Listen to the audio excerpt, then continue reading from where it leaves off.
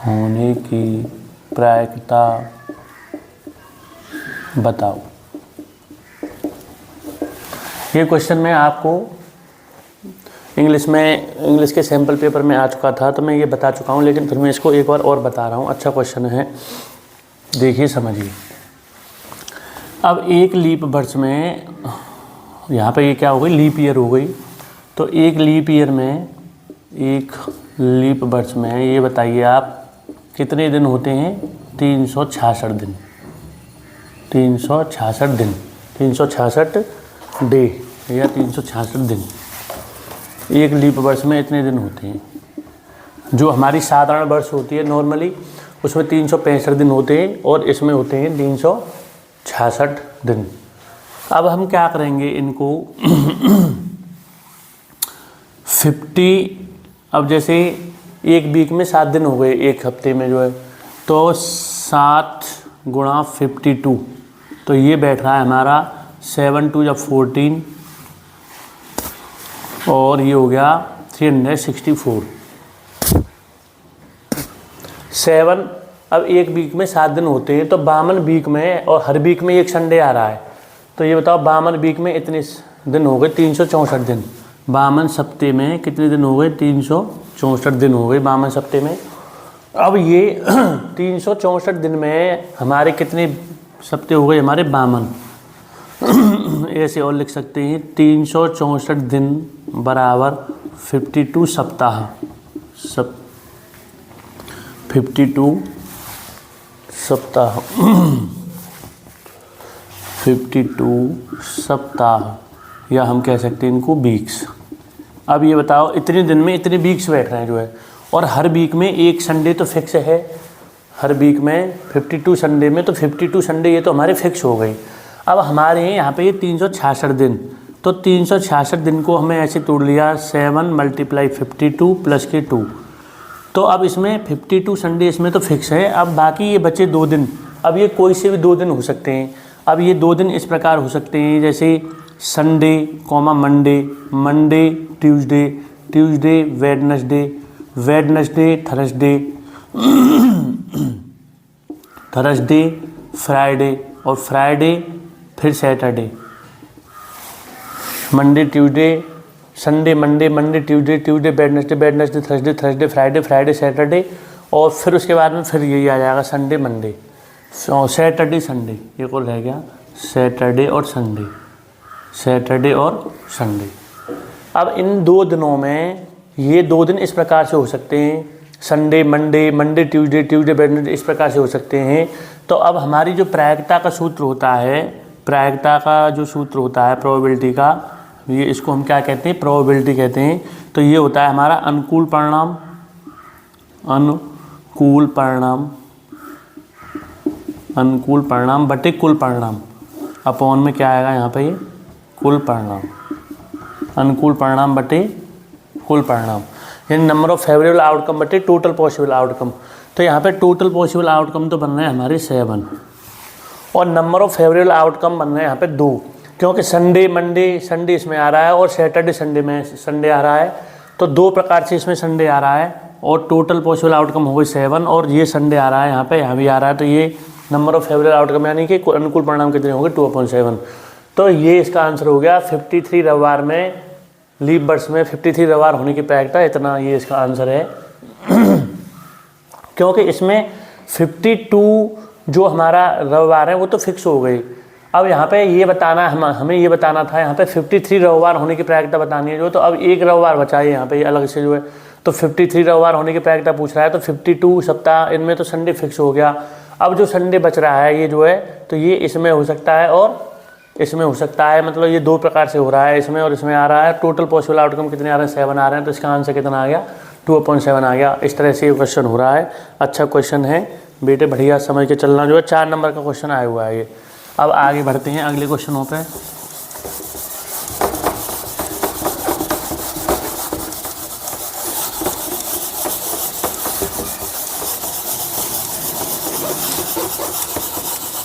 अब अगला क्वेश्चन देखिए, अगला क्वेश्चन है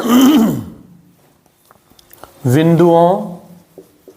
अब ये हमने एक रेखाखंड लिया, ये हमने ले लिया रेखाखंड लाइन सेगमेंट। अब ये पॉइंट दे रखे हैं हमें 4,-1 और ये पॉइंट दे रखे हैं -2,-3। अब हमसे इसमें ये कहा जा रहा है कि इस रेखाखंड को समत्रिभाजित करने वाले बिंदुओं के निर्देशांक ज्ञात कीजिए। तो इस रेखाखंड को 3 बराबर भागों में बांटा जा रहा है। एक भाग मैंने मान लो ये ले लिया, एक ये ले लिया और एक भाग हमारा ये हो गया जो है। अब इसको 3 बराबर भागों में बांटा गया है। एक भाग ये हो गया, एक ये हो गया, एक ये हो गया, ट्राइसेक्ट किया गया है इसको जो है। तो इन दोनों पॉइंटों के हमें निर्देशांक बताने हैं, कोऑर्डिनेट फाइंड करने हैं। तो देखिए इसको कैसे करेंगे। मान लो इस पॉइंट को मैंने सी मान लिया और इसको डी मान लिया। अब ये तीनों दूरी यहाँ से ये आपस में कैसी हैं, इक्वल है। अब मान लीजिए कि मैं इनको एक्स एक्स मान लेता हूँ। ये दूरी भी मैंने एक्स मान ली, ये भी एक्स मान ली और ये भी एक्स मान ली। अब हम क्या करेंगे, जैसे मुझे बिंदु सी के कोऑर्डिनेट बताने हैं सबसे पहले, तो ए सी मैं इसका अनुपात निकालना चाहूँगा, ए सी बटे सी बी, ए सी बटे सी बी। तो ये हो जाएगा यहाँ से यहाँ तक की दूरी है हमारी एक्स, और सी बी ये दूरी हो जाएगी एक्स प्लस एक्स। ये क्या हो जाएगी हमारी C B X plus X. तो ये हो गया x/2x, इससे ये कट जाएगा तो ये कितना आ गया 1/2। तो ए सी अनुपात सी बी ये हमारे पास निकल के आ गया 1:1:2। अब ये सूत्र होता है हमारा निर्देशांक ज्यामिति का कि अगर ये बिंदु दो हमें दिए हैं ए और बी, और इस बिंदु के निर्देशांक हैं x1/1, इस बिंदु के निर्देशांक है x2/2, और ये कोई तीसरा बिंदु है सी, और ये m/n हमें दे रखा है यहाँ पे AC/CB बराबर m/n या AC/CB बराबर m/n। तो इस बिंदु सी के कोऑर्डिनेट निकालने के लिए, निर्देशांक निकालने के लिए हम मान लीजिए इसके हमने निर्देशांक मान लिए x, y। तो यहाँ से एक सूत्र होता है x बराबर m गुणा x2, m गुणा x2 प्लस n गुणा x1, n गुणा x1 upon m plus n। इसी प्रकार y बराबर होता है, y बराबर हम जब लेंगे तो ये हो जाएगा m गुणा y2 प्लस n गुणा y1 प्लस n गुणा y1 बट्टी m प्लस n। ये सूत्र होते हैं, इसी सूत्र का इसमें प्रयोग हो रहा है। अब हमें सी बिंदु के निर्देशांक निकालने हैं, तो अब इसमें इसका प्रयोग करेंगे हम जो है। ये हमने अनुपात निकाल लिया 1:2, यानी ये हमारा किसका मान हो गया m/n का। और ये हमारे इस समय क्या बन गई, जैसे इसके फिगर को मैं यहाँ पर उतारूँ, ये हमारा ए पॉइंट है, ये हमारा बी पॉइंट है, और ये हमारा यहाँ पर सी पॉइंट है। और ये जो अनुपात आया है ये निकल के आ रहा है 1:2, और ये बिंदु हो गई -2, -3, और ये बिंदु हो गई 4, -1, और सी बिंदु के कोऑर्डिनेट मान लिए मैंने x, y। इनको मान लिया x1/1 और इसको मान लिया x2/2। तो हम इस क्वेश्चन में इसको निकालने के लिए सेम इसी सूत्र का प्रयोग कर सकते हैं। हमें सारी चीज़ें पता हैं। ये m/n का मान मैंने निकाल लिया है, AC/CB। अब इसमें लगा दीजिए आप, तो x बराबर, अब सूत्र के अकॉर्डिंग m गुणा x2 प्लस n गुणा x1। तो इसी प्रकार 1 गुणा x2, तो x2 की वैल्यू ये रही हमारे पास, 1 गुणा -2 फिर प्लस, फिर 2 गुणा 4, 2 × 4 अपॉन m प्लस n, ये हो जाएगा 1 + 2। तो अब ये हो गया -2 + 8/3, ये हो गया 6/3। तो ये वैल्यू निकल के आ गई हमारे पास 2। कितनी निकल के आ गई 2। अब इसी प्रकार हम क्या करेंगे, y निकाल लेंगे। तो इसी प्रकार जब y निकालेंगे तो y का फिर सूत्र ये है हमसे m गुणा y2 प्लस n गुणा y1 upon m plus n। तो इसी प्रकार इसमें लगाओ आप 1 गुणा y2, तो y2 का मान कितना है -3, तो 1 गुणा -3 प्लस फिर 2 गुणा -1, 2 × -1 अपॉन 1 + 2। तो ये हो जाएगा -3 -2/3। तो ये हो गया हमारा -5/3। तो ये इसका मान निकल के आ गया। तो बिंदु सी के कोऑर्डिनेट निर्देशांक निकल के आ गए 2, -5/3। तो बिंदु सी के कोऑर्डिनेट निकल के आ गई 2, -5/3। तो इस प्रकार तो सी के कोऑर्डिनेट निकल के आए। अब देखिए डी के कोऑर्डिनेट निकालते हैं हम जो है। डी के कोऑर्डिनेट कैसे निकलेंगे इन्हें समझो जो है। तो डी के कोऑर्डिनेट निकलेंगे,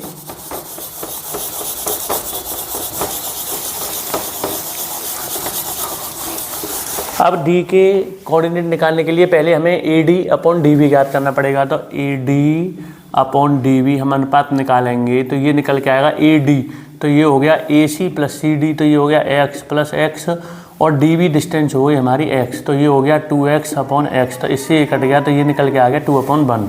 तो AD अनुपात DV बराबर निकल के आ गया हमारा 2:1, 2:1।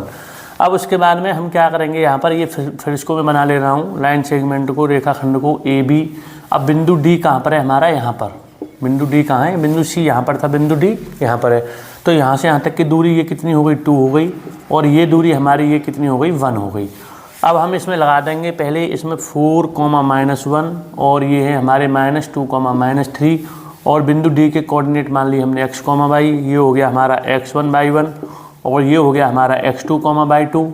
अब इसमें फिर सूत्र का प्रयोग कर देंगे इसी प्रकार जैसे मैंने वो किया है। तो x बराबर ये हो जाएगा आपका 2 × -2, 2 × -2 प्लस 1 × 4। इसके हिसाब से जो है m × x2 करते हैं, n × x1। तो मैंने 2 का मल्टीप्लाई -2 में किया है, और 1 का मल्टीप्लाई किस में कर रहा हूँ, 4 में, अपॉन ये हो जाएगा हमारा 2 + 1। ये कितना हो गया, 2 + 1। तो ये हो गया -4 + 4 अपॉन 3। तो ये हो गया 0/3। तो ये कितना निकल के आ गया, 0 निकल के आ गया। अब उसके बाद आगे हम बात करेंगे y की।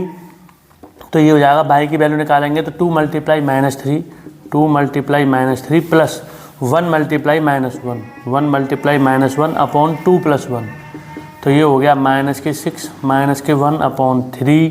तो ये हो गया -7/3। तो इसके कोऑर्डिनेट निकल के आ गए D के x, y लिखते हैं पहले, x, y बराबर 0, -7/3।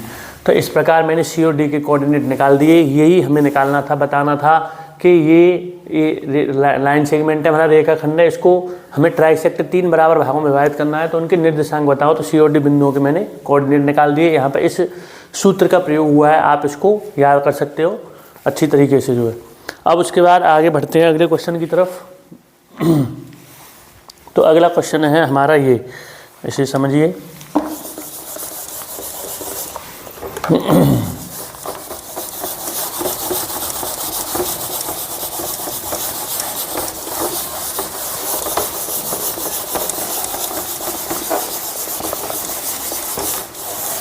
अगला क्वेश्चन ये है हमारा, ये मेरे प्यारे विद्यार्थियों सारे क्वेश्चन बहुत ही इम्पोर्टेंट हैं। ये आप इसी प्रकार के क्वेश्चन आपके बोर्ड एग्जाम में आएंगे, तो इन्हें हर क्वेश्चन को थोड़ा सीरियस लेकर के समझ के चलें अच्छी तरीके से जो है। तो इसमें ई क्वेश्चन है ये हमारा, ये हमें प्रूव करना है, सिद्ध करना है। Prove that sin A bracket में 1 + k tan A, फिर cos A ब्रैकेट में 1 + cot A इक्वल ये है sec A + k cosec A। ये लाना है हमें, तो इसे समझिए। तो हम इसमें LHS लेके चलते हैं, लेफ्ट हैंड साइड पार्ट, और इसको मैं प्रूव कर दूंगा RHS को। तो देखिए अब ये sin A है, सॉरी। तो sin A हमने ऐसे ही उतार लिया इसी प्रकार, sin A। अब इसमें 1 को भी ऐसे उतार लिया। अब इसका सूत्र लगाने जा रहा हूँ मैं। tan का सूत्र होता है हमारे पास sin A/cos A, sin A/cos A। tan theta बराबर होता है sin θ/cos θ, प्लस फिर ये cos A हमने ऐसे उतार लिया 1 प्लस, अब इसका लगाएंगे तो इसका होता है cos A/sin A। इसका क्या होता है, cos A/sin A। अब यहाँ पर sin A हमने एलसीएम ऐसे रहने दिया, इसके नीचे 1 मान लिया। तो यहाँ पे cos A एलसीएम लिया हमने, तो इसमें क्रॉस मल्टीप्लाई कर देंगे, इसका मल्टीप्लाई इसमें और इसका मल्टीप्लाई इसमें। तो इसका इसमें मल्टीप्लाई करेंगे तो ये हो गया cos A, प्लस इसका इसमें करेंगे तो ये हो गया sin A। फिर प्लस, फिर इस cos को हमने ऐसे उतार लिया। अब इसके नीचे फिर अपॉन 1 ले लिया, फिर ऐसे ही इसमें मल्टीप्लाई कर देंगे, इसका इसमें क्रॉस मल्टीप्लाई बोलते हैं हम इसे जो है। तो इसका इसमें करेंगे तो ये आएगा हमारा sin A, प्लस इसका इसमें करेंगे तो ये आएगा हमारा cos A, और अपॉन में ये हमारी वैल्यू क्या है, ये sin A। अब उसके बाद में हम क्या करेंगे, इसमें sin A + cos A यहाँ भी आ रहा है, और sin A + cos A यहाँ भी आ रहा है, दोनों जगह आ रहा है। तो sin A + cos A को हम क्या करेंगे, यहाँ से कॉमन ले लेंगे sin A + cos A को। तो sin A + cos A जब मैंने कॉमन लिया यहाँ से, ये वाला sin A + cos A यहाँ भी आ रहा है और यहाँ भी आ रहा है, दोनों जगह आ रहा है ये। तो ये मैंने कॉमन ले लिया, तो यहाँ पे बचा हमारा ये sin बचा मल्टीप्लाई। अब ये हमने कॉमन ले ली वैल्यू, तो यहाँ पे क्या बचेगा 1, और अपॉन में क्या बचा यहाँ पे ये cos A, फिर प्लस, फिर यहाँ से ये कॉमन ले लिया तो यहाँ पे ये बचा cos A बचा, फिर मल्टीप्लाई। अब ये कॉमन ले गया तो इसके स्थान पे बचा 1 अपॉन ये क्या बचा sin A। अब उसके बाद में अब इसको थोड़ा हम ऐसे लिख सकते हैं साइन ए प्लस के कॉस ए, इसको ऐसे लिख सकते हैं sign A upon cos A plus cos A upon sine ए। अब हम क्या करेंगे, साइन ए प्लस के कॉस ए को ऐसे ही उतार लिया हमने जो है। अब इसमें साइन ए कॉस ए फिर एलसीएम ले लेंगे दोबारा, साइन ए कॉस ए, तो फिर एलसीएम लेके फिर क्रॉस मल्टीप्लाई करना है हमें। तो साइन ए का साइन में मल्टीप्लाई करेंगे तो ये क्या हो जाएगा साइन स्क्वायर ए, और प्लस इसका इसमें मल्टीप्लाई करेंगे तो ये क्या हो जाएगा कॉस स्क्वायर ए, और इसकी वैल्यू क्या होती है हमारे पास 1 होती है। तो ये आ गया साइन ए प्लस के कॉस ए अपॉन इस 1 का इसमें मल्टीप्लाई करेंगे तो ये वैल्यू आएगी अपॉन साइन ए और कॉस ए। अब इसको इसके अपॉन में लिख लो, इसको इसके अपॉन में लिख लो, आंसर आ जाएगा आपका। तो साइन ए अपॉन ये लिख लिया हमने साइन ए कॉस ए, फिर प्लस कॉस ए अपॉन ये लिख लिया साइन ए और कॉस ए। तो एक साइन से एक साइन कटेगा, कॉस से कॉस